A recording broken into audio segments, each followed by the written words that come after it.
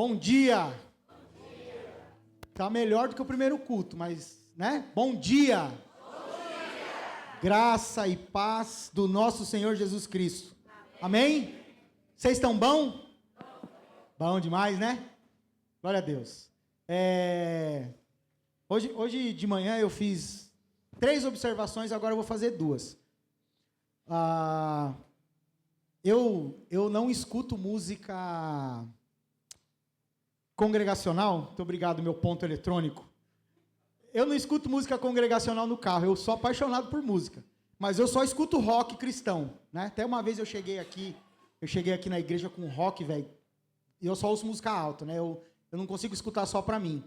Aí quando eu entrei com o carro aqui, uma senhora falou assim pra mim: "Ei, irmão, isso aí é de Deus, é?" Aí eu tive que explicar pra ela, entendeu? Sim, tal, e dei toda uma conotação pra ela. Mas vamos lá, né? O hino do cantor cristão é bom demais, né? Mano do céu, é maravilhoso isso. E outra coisa, né? Eu assim como o Naldo, né? Eu toco contrabaixo. Eu não sei se vai ter contrabaixo no céu, mas cadê o bichinho? Saxofone vai ter no céu. Vai ter no céu saxofone. É maravilhoso o som disso, gente. Que bênção, que bênção. Muito bom ser ministrado pelo hino do cantor cristão. Bom, a última mensagem da série Convocados, né? E eu tenho a missão de falar hoje sobre representação, né? Nós fomos convocados para representar e como nós, como cristãos, devemos fazer isso. Como é que, à luz das Escrituras, eu e você representamos o reino de Deus? Então, a gente vai, durante um tempo aqui, falarmos sobre isso. E que, em nome de Jesus, eu e você saiamos daqui hoje, se representantes que somos já, que saiamos ainda melhor. Tá bom? Eu vou usar aqui 2 textos bíblicos como base para falar sobre convocados para representar. Um deles é 2 Coríntios 5:20 e o outro é 1 Pedro 2:9. Então, 2 Coríntios 5:20. Agora, portanto, somos embaixadores de Cristo. Deus faz seu apelo por nosso intermédio. Falamos em nome de Cristo quando dizemos reconciliem-se com Deus. 1 Pedro 2:9. Vocês, porém, são povo escolhido, reino de sacerdotes, nação santa, propriedade exclusiva de Deus. Assim, ai Jesus, espera aí, gente, fiz caca aqui. Assim, vocês podem mostrar às pessoas como é admirável aquele que os chamou das trevas para a sua maravilhosa luz. E aí, uma pequena introdução aqui, a gente vai fazer um paralelo, né, sobre Copa do Mundo de 2026, enfim, e nós aqui como cristãos, como representar a Cristo, assim como a seleção representa uma nação.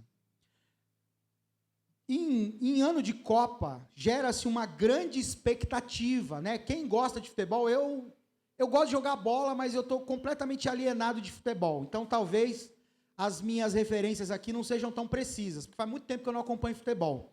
Mas todo mundo fica na expectativa para saber qual vai ser a escalação da seleção do seu país, e o mundo inteiro está de olho nisso, né? O mundo inteiro está de olho para saber quais serão as seleções, que jogadores estarão fazendo parte de cada uma das seleções. Então, imagina, né, o peso e a honra que deve ser um jogador receber a ligação do técnico ou da comissão técnica e dizer: cara, você vai fazer parte do elenco da Copa do Mundo de 2026. E aí, essa pessoa, ela acaba tendo uma representatividade no mundo inteiro.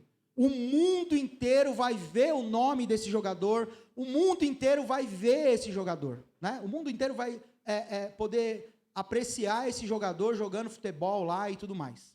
E a partir do momento em que ele é convocado, ele deixa de fazer parte de um time, de um clube, né? E aí ele é convocado para representar o seu país jogando na seleção, né? Ou seja, teoricamente, né, são os melhores jogadores disponíveis naquele país. Então, isso deve ser uma grande honra, deve ser motivo de muita alegria ser o representante de uma nação. E aí, quando aquele jogador entra em campo, ele carrega no peito o escudo de uma nação inteira. E se ele joga bem, o país é exaltado. E se ele age de forma indisciplinada, ele envergonha toda uma população, porque ele é, de fato, a imagem do seu país ali. Da mesma forma, eu e você, Deus já nos fez uma convocação, nós já recebemos uma convocação do Senhor. Nós não fomos chamados apenas para assistir o jogo, nós não somos meros espectadores sentados numa arquibancada. Nós, de fato, fomos convocados para entrar em campo. E esse campo é gigantesco, né? Esse campo é enorme. E eu e você também temos uma representação, nós temos uma função de representar o reino de Deus. E aí, durante esse tempo que a gente vai estar trocando essa ideia aqui, eu quero que você pense, faça uma reflexão de fato, para entender que tipo de representação você está tendo. Que tipo de representatividade você está tendo como um cristão. E nós vamos passar juntos por 3 pontos. Primeiro ponto é a convocação e a nova identidade. Depois, o embaixador em campo. E, por último, o peso do escudo e o alvo da vitória. Então, aqui no primeiro ponto, como eu já comecei a falar aqui, o jogador ele deixa de vestir a camisa do seu time, do seu clube local e passa, de fato, a representar uma nação. E aí há uma mudança de identidade pública. Não é aquele cara que joga no Paris Saint-Germain, no Barcelona, tem muito jogador da seleção que joga na Europa. Eu não vou falar nenhum time do Brasil aqui, porque senão já imagina, né? Enfim, tem muito jogador de seleção que joga no Brasil, que está na seleção? Poucos. Tem, mas são poucos. Muitos? É? O Caba falou ali, do meu tem um monte. Oh, Jesus! Então, esse atleta convocado, ele não representa só o país, ele representa a cultura do povo. É muito legal porque, assim, de maneira bem aleatória, eu acabei vendo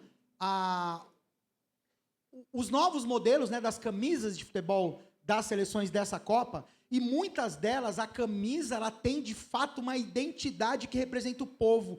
Tem algumas coisas que representam a cultura do povo. Então, o cara, quando ele olha para aquela camiseta, ele automaticamente se identifica com aquilo. Tem algumas coisas que traçam ali, que fazem a pessoa entender que aquilo representa a cultura dela. Até no Brasil teve um bololô, né? Porque camiseta vermelha, vai brasa.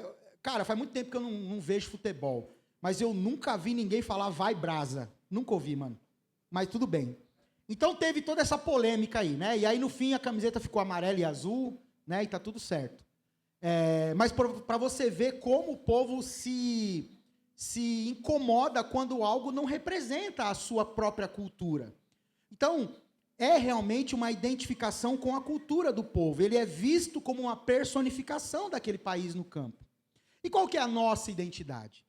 1 Pedro 2,9. Nós, somos povo escolhido de Deus, reino de sacerdotes, nação santa, propriedade exclusiva de Deus. Assim, vocês podem mostrar às pessoas como é admirável aquele que os chamou das trevas para a sua maravilhosa luz. Eu não sou cristão de berço, eu não nasci num berço cristão. Então, esse texto para mim faz muito sentido. Porque hoje eu consigo entender de fato que Deus me escolheu. Eu consigo entender que Ele me colocou ali numa posição de sacerdotal. Eu consigo entender que eu sou propriedade de Deus, que eu faço parte de uma nação santa. E para mim o que mais chama atenção aqui hoje eu consigo mostrar para as pessoas o quão admirável é um Deus que me chamou das trevas para que eu pudesse ver a maravilhosa luz do Senhor. Então isso faz muito sentido para mim. E olha a responsabilidade desse texto, de você ser um representante, uma pessoa que vai mostrar para as pessoas o quão seguir a Deus é maravilhoso. É muita responsa, velho. Como que a gente está fazendo isso? Como que eu e você estamos representando isso? As pessoas estão, de fato, enxergando coisas especiais. Elas estão entendendo realmente que nós somos escolhidos? Elas estão entendendo que nós somos sacerdotes? Que elas conseguem ver que nós somos uma nação santa? Sabe? A gente precisa transparecer isso para as pessoas. Nós fomos tirados de um time antigo. Eu fui tirado de uma equipe antiga, o pecado e o mundo. E fui inserido nessa seleção de Deus, de alguém que foi escolhido por Deus, não é? E a nossa identidade passa a estar em Cristo, quando nós entendemos essa representatividade. E quando as pessoas olham para nós, quando as pessoas olharem para a igreja, elas precisam enxergar esse caráter do reino de Deus em nós. Nós representamos a pátria celestial, e isso é uma responsabilidade muito grande. É preciso haver muito temor e muita reverência para representar isso. Filipenses 3:20 diz: nossa cidadania, no entanto, vem do céu, e de lá aguardamos ansiosamente a volta do Salvador, o Senhor Jesus Cristo. Então, é preciso também guardar essa fé no nosso coração, independente de que circunstâncias nós estejamos passando, de que existe uma promessa de que este Senhor e Redentor volte para nos buscar. Quando a gente mantém essa fé, essa esperança no Senhor, o nosso coração fica muito mais quentinho, mesmo nos momentos de dificuldade, nos momentos de tribulação nas nossas vidas. 2, o embaixador em campo. Como eu disse, o jogador que representa a seleção deixa de representar a si mesmo. Suas atitudes, tudo que ele fizer em campo, a forma como ele se comporta vai refletir diretamente na imagem do país. Quantas vezes a gente já não viu história de jogador que estão lá no tempo de Copa e gandaia, bagunça, fica a noite inteira bagunçando e chega para treinar direto, 7 horas da manhã. O que isso gera na população? Gera revolta, porque deixa de ser um exemplo, não é? Deixa de transparecer o exemplo de alguém que vive para o esporte, que deveria ter uma vida saudável. Veja como isso impacta na relação que o povo tem com o jogador da seleção. Porque, de certa forma, ele deixa de honrar e respeitar a nação que ele está representando para curtir a vida. Né? Afinal de contas, esses caras ganham muito bem. E aí, muitas vezes, a gente vê isso. Não é só na seleção do Brasil. Então, a gente tem que fazer um paralelo também conosco. Não é? De que forma nós estamos aproveitando a graça de Deus nas nossas vidas. De que forma estamos aproveitando a liberdade que Deus nos dá e que a gente vai falar no Capacitar de Gálatas, que é um tema muito importante dessa carta. E se um jogador briga em campo, se é desonesto, se falta com respeito, a mídia internacional critica o indivíduo dizendo: o fulano de tal, da seleção de tal país, fez isso. Quando tem uma jogada desleal, né? Enfim, quando um juiz de uma nacionalidade, porque tem vários juízes ali que marcam uma falta ou marcam um pênalti irregular, todo mundo fala: olha lá, juiz do Brasil, miserável, só podia ser brasileiro. Você vê o quanto isso impacta? E não impacta o juiz apenas. Porque ninguém fala: o juiz Evandro Macaúba, miserável, roubou o pênalti lá do meu time. Não, os caras falam: aquele juiz brasileiro. Não fala nem o nome do cara. Aquele juiz brasileiro. Então, às vezes, as pessoas olham para nós e dizem: olha lá, ó, o crente. Tumultuando. Olha lá, diz que é crente. Cara, representar Cristo é uma honra e uma responsabilidade muito grande. Agora, portanto, somos embaixadores de Cristo. Deus faz seu apelo por nosso intermédio. Falamos em nome de Cristo quando dizemos: reconciliem com Deus. 2 Coríntios 5:20, que é um dos textos base. Cara, olha a responsabilidade desse texto quando falamos em nome de Cristo, quando dizemos: reconciliem-se com Deus. Como eu posso dizer para alguém que se reconcilie com Deus se eu estou todo bagunçado? Olha a responsabilidade que Deus nos entrega. Ele nos dá a oportunidade, Ele nos dá a honra de podermos comunicar isso para as pessoas, de que elas precisam se reconciliar com Deus, mas há sobre nós uma responsabilidade de fazer isso com seriedade, com honra, com temor ao Senhor. Um embaixador e uma embaixada. O que é um embaixador e o que é uma embaixada? O embaixador é alguém que é enviado por um governo para representar seus interesses em terras estrangeiras. Jesus é o nosso rei, logo, somos embaixadores na terra.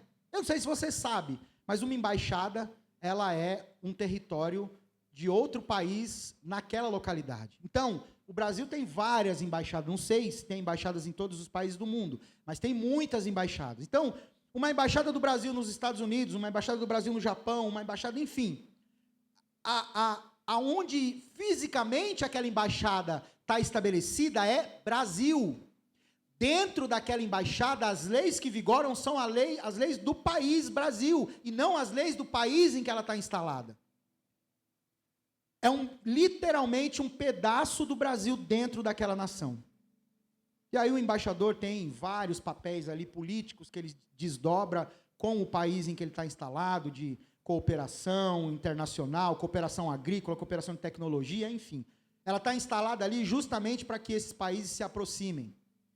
Não é incomum nós ouvirmos dizer que as pessoas se refugiaram numa embaixada. Por exemplo, há muitos anos os Estados Unidos estiveram em guerra no Oriente, ali, Afeganistão, Iraque. E em momentos de dificuldade, cidadãos americanos que moram naquele país, para onde que eles fogem? Para a embaixada. Porque ali, naquele lugar, naquele território físico, é um lugar de refúgio.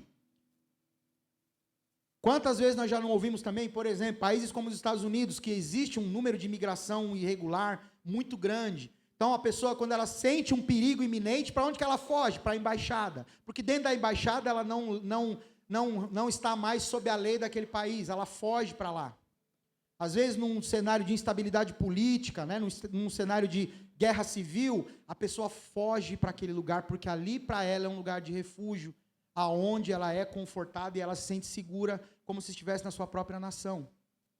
Então, eu e você somos embaixadores. Sua casa, a minha casa, a nossa igreja é uma embaixada. Nestes lugares, as leis que vigoram são as leis do Senhor, são as leis que estão aqui nesse livro que chamamos de Sagradas Escrituras. Então, você é um representante de Cristo e dentro da sua casa é um lugar de refúgio, onde as leis maiores que vigoram são estas leis. Olha o tamanho da responsabilidade que Deus dá para mim e para você. Você tem a honra de ter uma embaixada do Senhor na sua casa. E aí, como fazemos para que essa embaixada funcione de acordo com aquilo que o Senhor pede para que façamos? A sua casa é, de fato, um território onde as leis do Senhor são fielmente aplicadas? Ou você só aplica aquilo que convém para você? Ou você só refugia dentro dessa embaixada quem é conveniente para você? Nosso jogo é diário. E nós precisamos construir embaixadas em outros lugares, não é? No trabalho, na escola, na faculdade, na pista de skate, jogando futebol, na padaria. Você precisa levar estas leis e esse amor, acima de tudo, esse amor do Senhor, para onde quer que você vá, para que as pessoas entendam que você representa este Deus. Elas precisam ver estas características em você. O nosso comportamento precisa apontar para a justiça, para o amor e para a graça de Cristo. E hoje de manhã eu estava sentado no estacionamento da igreja e o Senhor me trouxe esse texto. E eu tenho batido muito nessa tecla com esse texto que é Lucas 9:23. Eu falei hoje de manhã que nós temos aquela versão da Bíblia que é a mensagem, né, que é uma paráfrase. É paráfrase ou é parafrase? Paráfrase. Está vendo como o meu ponto eletrônico é bom? Confio em você, Ale. É uma paráfrase. Então, é uma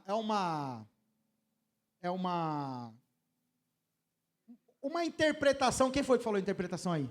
Quem que é meu outro ponto eletrônico? Alguém falou interpretação e eu escutei. Vocês estão me ajudando aqui hoje, estão abençoando minha vida. É uma interpretação daquele autor. Então, ele lê o texto em alguma outra Bíblia e faz uma interpretação. Então, eu falei tudo isso, dei toda essa volta só para falar que eu vou fazer uma paráfrase do Maquinha aqui. Lucas 9:23 diz o seguinte: Jesus Cristo fala para os cabos assim, ó. Véi, vocês querem me seguir? Vocês têm certeza que vocês querem me seguir? É isso mesmo que vocês querem fazer? Então, pode parar de mimimi. Vocês vão ter que se entregar, vocês vão ter que negar tudo que vocês são, a vontade de vocês, que vocês sempre querem estar em primeiro, vocês sempre querem serem os melhores, então vocês vão negar tudo isso, todos os dias, e vocês vão botar uma cruz no ombro de vocês. É isso que vocês querem? Vocês têm certeza? Então vem comigo. Então a gente precisa entender que para representar esse Deus, que para ser um embaixador e para que a minha casa seja uma embaixada, eu preciso servir e não ser servido. Às vezes nós estamos muito confortáveis, porque a gente vem de domingo, senta, recebe uma mensagem abençoadora, Deus fala conosco, a gente pega a Bíblia, bota debaixo do braço, vai embora para casa. Não fala com ninguém de Cristo durante a semana, às vezes é crente 007 dentro do trabalho, ninguém nem sabe que você é crente. Às vezes se pergunta, se sai algum papo sobre religião, o cabo faz assim, você é crente? Aham. Então, que tipo de representação nós estamos fazendo? Eu sou um crente consumidor, que só consome, me aproveito de tudo que a igreja tem para me dar, aproveito, entrego isso para minha família e está tudo certo, ou de fato eu sou alguém que entendeu que precisa servir. A igreja precisa servir. Isso é um alerta para mim e para você, gente. Se a gente for pensar o número de membros que temos versus o número de membros que servem na comunidade de fé, isso é e mostra a realidade do serviço na igreja. Eu tenho um Data Júlio, né? Eu faço parte do Ministério de Recepção, e todo domingo tem o Data Júlio, que não é necessariamente o Júlio, né? Que faz, o Júlio conta todas as pessoas que estiveram no culto, no primeiro e no segundo. Ou o Júlio, ou o Elvis, ou a Si, ou alguém que esteja na recepção. E aí a gente sabe quantas pessoas estiveram no primeiro culto e quantas pessoas estiveram no segundo. Basicamente, Julião, são 25 pessoas que servem todo domingo. Nós temos uma igreja de 500 membros, Lu. 500 membros. Aí eu não sei, eu não vou nem conseguir fazer essa conta de cabeça. 25, quantos por cento dá de 500? Quanto? 5? Rapaz, esse meu ponto eletrônico é bom demais. Você está entendendo, velho? 5% da igreja serve. Se esse 5% fosse rotativo, mas não é. Não é rotativo. Eu nem falei, nem dei essa pedrada no primeiro. Vai segurando essa pedrada no segundo. A nossa missão é servir, cara. Nós nascemos em Cristo para isso, para servir, porque é amar a Deus sobre todas as coisas, com toda a tua força, com todo o teu entendimento, com tudo que você tem. E semelhantemente amar ao próximo como você ama você mesmo. Então, é aqui que a gente entende que a gente precisa servir. E servindo com amor que contagia. Assim como contagia quando você grita gol da seleção brasileira, esse amor precisa ser contagiante. As pessoas precisam sentir essa boa vibe de você. E elas vão perguntar, caramba, o que você tem? Você vai falar, Cristo. Esse é o meu segredo. Mateus 5,16. Eita Deus, está acabando o tempo. Da mesma forma, suas boas obras devem brilhar, para que todos as vejam e louvem seu Pai que está no céu. A nossa representação precisa brilhar. As pessoas precisam ver você como um representante que brilha. Sabe aquela música Como um Farol? Quem aqui já viu um farol marítimo funcionando? Mano, é assustador o quanto que aquilo ilumina de quilômetros e quilômetros e quilômetros de distância, os navios se orientam por aquilo. É dessa forma que eu e você precisamos refletir isso. 3. O peso do escudo e o alvo da vitória. Ninguém vence Copa sozinho, o jogador não vence Copa sozinho, e ninguém joga, pelo menos não deveria, jogar para sua própria glória. O objetivo é o campeonato mundial, não a glória própria, e a glória para a nação. Embora Vini Júnior tenha feito uma caçambada de gol no último jogo, não fez sozinho, não joga sozinho, tem todo um time articulando tudo. Assim como igreja, nós jogamos juntos, a gente precisa jogar junto. Porque assim como o jogador está fazendo algo para representar a nação, eu e você precisamos fazer algo juntos para representarmos o nosso Deus. Porque juntos eu e você somos mais fortes. Portanto, nós também, pois que estamos rodeados de uma tão grande nuvem de testemunhas, deixemos todo o embaraço e o pecado que tão de perto nos rodeia, e corramos com paciência a carreira que nos está proposta, olhando para Jesus, autor e consumador da fé. É preciso manter essa chama da fé acesa nos nossos corações, para que no nosso coração continue queimando essa vontade de representar esse Deus, que é o nosso Senhor. A nossa representação falha quando nós tentamos aparecer mais do que aquele que nos convocou. Por isso que o texto de Lucas 9:23 faz tanto sentido. Você precisa ser alguém que serve apagado. Você precisa ser alguém que serve nos bastidores. Você precisa ser alguém que serve quando ninguém está vendo. O nosso objetivo não é estrelismo espiritual. O nosso foco é Jesus, Ele é o nosso capitão, e Ele, o Senhor, é que deve brilhar no meio da nossa comunidade. O Senhor é que deve ser exaltado no meio da nossa comunidade.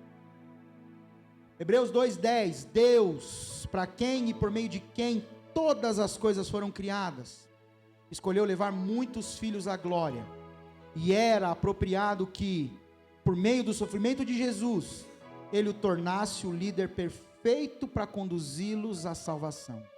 Nós jogamos uma unidade como o corpo de Cristo, para que o nome de Cristo seja glorificado e não o nosso. Para finalizar, em 2026 o mundo parou. O mundo parou para ver a seleção, o mundo parou para ver a Copa. O mundo parou para saber quem são as seleções. O mundo para saber quem vai ser o campeão. E o céu já está parado desde a eternidade observando a igreja. O Senhor está nos observando desde sempre. Nós somos os convocados do Senhor. O Senhor sente prazer em olhar para nós. O Senhor sente prazer em nos ver adorando a Ele. O Senhor tem ciúmes de nós. E aí eu quero te fazer uma pergunta para que você pense a respeito disso. Como você tem representado este reino de Deus que nós estamos falando aqui hoje? Se a sua vida fosse o único jogo que as pessoas fossem assistir, elas conseguiriam ver a beleza, o amor e a santidade de Jesus através de você? Você tem honrado essa camisa do Evangelho? Eu falei hoje, Julião, que eu estou com a camisa da seleção aqui, só que é da Copa passada, né? Que a recepção já tem outra camisa, eu estou com a da Copa passada, mas pelo menos eu estou com a camisa da seleção aqui. Eu quero te fazer um convite, eu fiz isso hoje de manhã, para você, se você precisa, eu quero que você renove esse compromisso de dar bom testemunho, eu quero que você renove e se lembre de que nós somos capacitados pelo Espírito Santo para sermos testemunhas fiéis.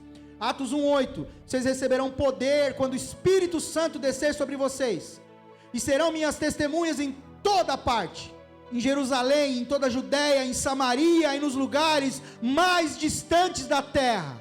É sobre mim e você que Deus derrama essa responsabilidade de representarmos o reino de Deus por onde quer que nós andemos. Vamos aproveitar isso, velho. A gente precisa aproveitar essa oportunidade que Deus está nos dando. Porque Jesus jogou a partida mais difícil. Jesus fez a parte mais difícil. Se transformou em homem, se humilhou.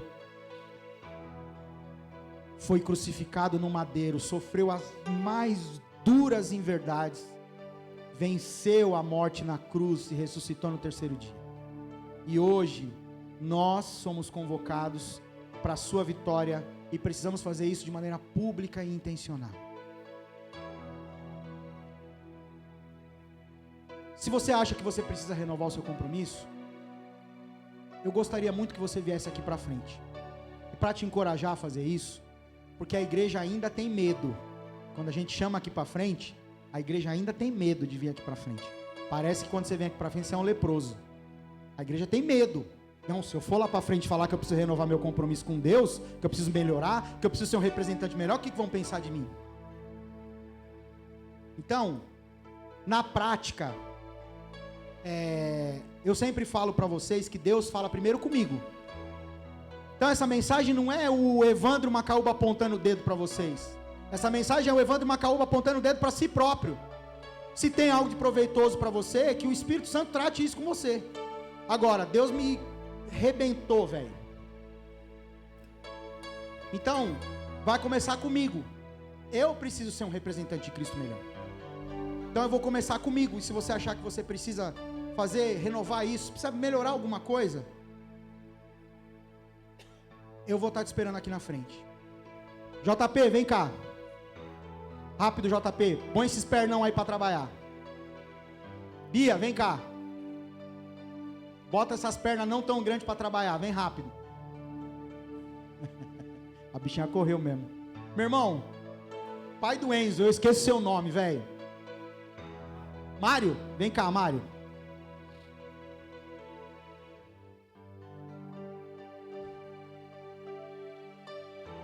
Juan, vem cá, Juan. Vem cá, Sofia.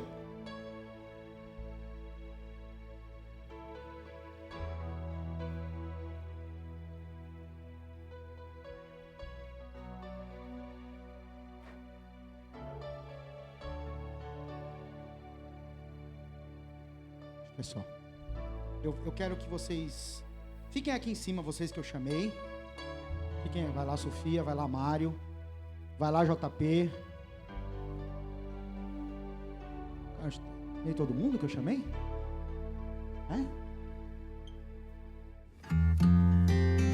Gente, eu olhando aqui nos olhos de cada um de vocês, eu queria pedir perdão para vocês. Sofia, Bia, Juan, JP e Mário. Por quê? Porque eu preciso estar mais próximo de vocês. E vocês sabem o porquê. Cada um de vocês sabem o porquê que eu preciso estar mais próximo de vocês. E eu queria pedir perdão para cada um de vocês e dizer para vocês que eu vou me comprometer e me esforçar mais para estar mais próximo de vocês. Porque essa é a minha missão.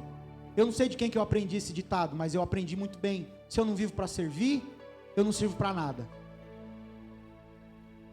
Então, por favor, me perdoem e eu prometo que eu vou me esforçar para estar mais próximo de cada um de vocês.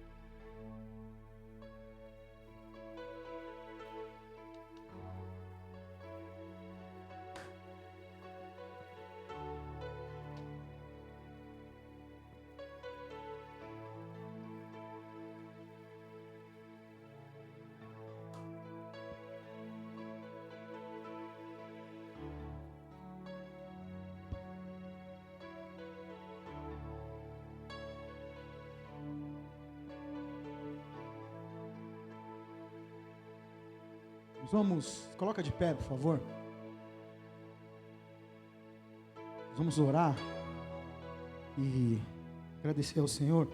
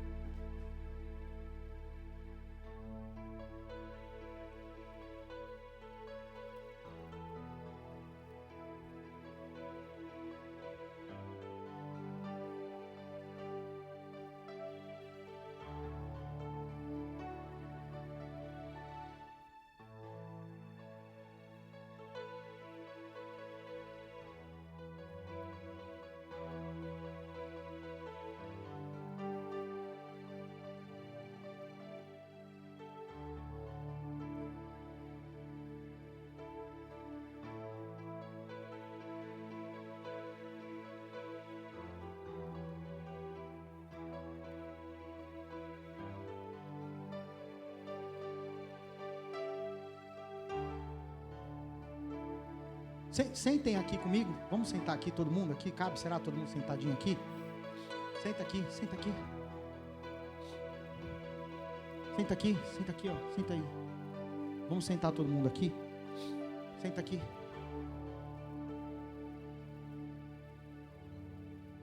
Cabe eu aqui nesse meio? Vamos orar? Se você puder, interceda por nós. Estende as suas mãos aqui para nós, porque nós precisamos ser representantes melhores de Cristo. Amém? Jesus, nós somos gratos ao Senhor, porque o Senhor nos instruiu, assim como Paulo instruiu Timóteo, de que as Escrituras, as tuas sagradas Escrituras, são a verdade absoluta, são proveitosas para nos ensinar, e vão nos apontar, ó Deus, tudo que precisa melhorar em nós, vão nos fazer enxergar tudo que está errado em nós, ó Deus, e nos levar a uma consciência de que precisamos, ó Deus, arrumar e ajustar essas coisas nas nossas vidas, para que como representantes do Senhor, ó Deus, alegremos ao Senhor, e que, em nome de Jesus, o Senhor nos mostre, ó Deus, tudo que precisa ser consertado em nós, e que, a partir desses momentos de arrependimento, ó Deus, o Senhor nos capacite para a boa obra, que Paulo diz para Timóteo, ó Deus, que nós seríamos capacitados. Nós aqui te pedimos perdão, Jesus, porque talvez não estamos sendo os representantes que agradam ao Senhor, mas nós estamos aqui, Jesus, porque nós queremos ser pessoas melhores, nós queremos ser pessoas que de fato representam o seu reino com honra, com alegria, ó Deus, e convictos, ó Deus, de que estamos fazendo tudo o que é possível, ó Deus, para sermos os teus representantes. Que cada homem e cada mulher, que cada homem e mulher corajoso que veio aqui na frente, porque entende que precisa melhorar, que as tuas mais ricas bênçãos sejam derramadas sobre as vidas de cada um deles. Porque é preciso muita coragem, ó Deus, para vir aqui e reconhecer os seus próprios erros diante da comunidade de fé, e que isto, ó Deus, gere frutos para a glória do teu reino na vida de cada um deles. Que cada família aqui representada, ó Deus, seja abençoada pelo Senhor. Nos ajuda, Senhor, a sermos pessoas melhores, porque nós somos dependentes do Senhor. Nós somos, ó Deus, completamente dependentes do Senhor. Por isso, ministra os nossos corações, Jesus, por favor. E que em nome de Cristo Jesus, ó Deus, para a honra e para a glória do teu nome, nós, ó Deus, aperfeiçoados pelo teu Espírito Santo, possamos, ó Deus, agradar ao Senhor. E que nós possamos entender a missão de servos que somos, ó Deus, para servir o nosso próximo. Que o Senhor nos abençoe, Deus, em nome de Jesus. Em nome de Jesus nós temos fé e acreditamos no Senhor, e sabemos, ó Deus, que o Senhor vai cuidar de tudo aquilo que precisa ser ajustado em nós. Com o coração alegre, com fé e esperança, ó Deus, de que o Senhor vai providenciar tudo que precisamos, eu oro e agradeço ao Senhor em nome de Cristo Jesus. Amém. Muito obrigado, meus irmãos. Muito obrigado por cada um de vocês que veio aqui na frente. E que, para vocês que eu chamei aqui, que vocês possam me perdoar e que a gente possa seguir juntos, mais firme do que estamos hoje. Amém? Pode voltar lá para o seu lugar. Deus te abençoe. Muito obrigado.